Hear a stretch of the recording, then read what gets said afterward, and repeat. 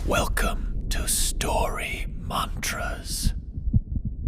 एक तीखी और अजीब आवाज मेरे कानों में गूंज उठी। वह आवाज रुक रुक कर बोली, मालिक कहाँ से शुरू करना है। मैं तुरंत चौंक कर जाग गया, आंखें खोली और लगभग डर के मारे उछल पड़ा। मैंने देखा कि एक डॉक्टर की वेशभूषा में एक गंजा आदमी मेरे सामने खड़ा है, हाथ में एक नुकीली चीज पकड़े हुए हवा में बड़बड़ाते हुए कह रहा है, क्या आप चाहते हैं कि मैं उसका दिल निकाल दूं। उसका हाव भाव बिल्कुल विकृत जैसा था, और भी डरावना यह था कि वह यह कहते हुए उस चीज को मेरी छाती की ओर इशारा कर रहा था।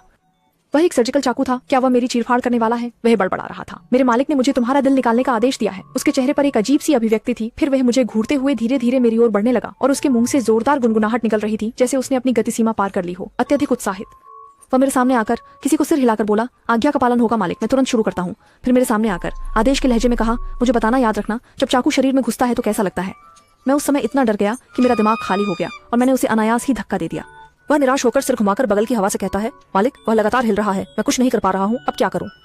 उसे बेहोश कर दूं या सीधे मार डालूं। मैं डर के मारे कांपने लगा और तुरंत मौका पाकर पुलिस को फोन किया। जैसे ही उसने सुना कि मैंने पुलिस को बुला लिया है, वह मुड़कर बिजली की गति से भाग गया। जब तक मैं कुछ समझ पाता वह गायब हो चुका था। लगभग 10 मिनट बाद पुलिस आई, लेकिन तब तक वह व्यक्ति कहीं नहीं था। मुझे नहीं पता वह आदमी कैसे अंदर आया। दरवाजे और खिड़कियां तो ठीक से बंद थीं। क्या यह सब एक भ्रम था? नहीं, ये संभव नहीं है, बिल्कुल नहीं, क्योंकि अब तक कमरे में उसकी अजीब सी गंध महसूस हो रही है, जो मैंने कभी नहीं सूंघी। खून की गंध के साथ एक अजीब सी घिनौनी गंध भी थी। मैं इतना डर गया था कि मेरे मन में डर बैठ गया। इसलिए अगली रात सोने से पहले मैंने सभी दरवाजे और खिड़कियां 3 बार जांच ली, ये सुनिश्चित करने के लिए कि वे अच्छी तरह से बंद हैं, तब जाकर सोया। लेकिन भोर में वो भयानक आवाज फिर से सुनाई दी। उसने मुझसे कहा, मालिक ने वादा किया है कि तुम्हारी आंखें और दिमाग मुझे दे देंगे। ये कहते हुए उसने चाकू की नोक मेरी आंख के करीब ला दी।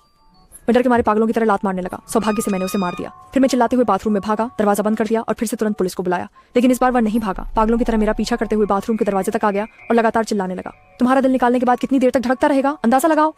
क्या तुम्हें लगता है कि दिल निकालने के बाद भी तुम्हें दर्द होगा। मैं कांप रहा था, लेकिन हार नहीं मानी और जोर से चिल्लाया, तो तुम क्यों नहीं अंदाजा लगाते कि पुलिस कितनी देर में आएगी। वह गुस्से में चिल्लाया, मैं 10 तक गिनूंगा, अगर तुमने दरवाजा नहीं खोला तो मैं दरवाजा तोड़कर अंदर आऊंगा और पहली छुरी तुम्हारे दिल में घोंप दूंगा। यह कहकर उसने पागलों की तरह चाकू से बाथरूम के दरवाजे पर वार करना शुरू कर दिया।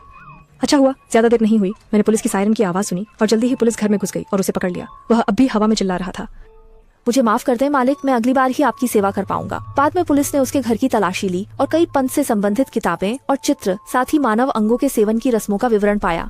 इन किताबों के अलावा वहाँ शरीर रचना विज्ञान से संबंधित सामग्री और सर्जिकल उपकरण भी थे। यहाँ तक कि एक ऑपरेशन टेबल भी थी। और भी भयानक बात यह है कि पुलिस ने पाया कि उसने पहले भी इस तरह की कोशिश की थी और कई बार अपराध कर चुका था। वो तो पुलिस के सामने भी शेखी बखार रहा था, कह रहा था कि उसने किसी का दिल निकाल कर खा लिया है और गर्व से पुलिस को बताया। स्वाद अच्छा था। इतना ही नहीं, उसके शरीर पर कई शैतानी चित्र थे जो देखने में ऐसे लग रहे थे जैसे चाकू से बनाए गए हों, और वह चिल्ला रहा था, मालिक मुझे अमृता देंगे।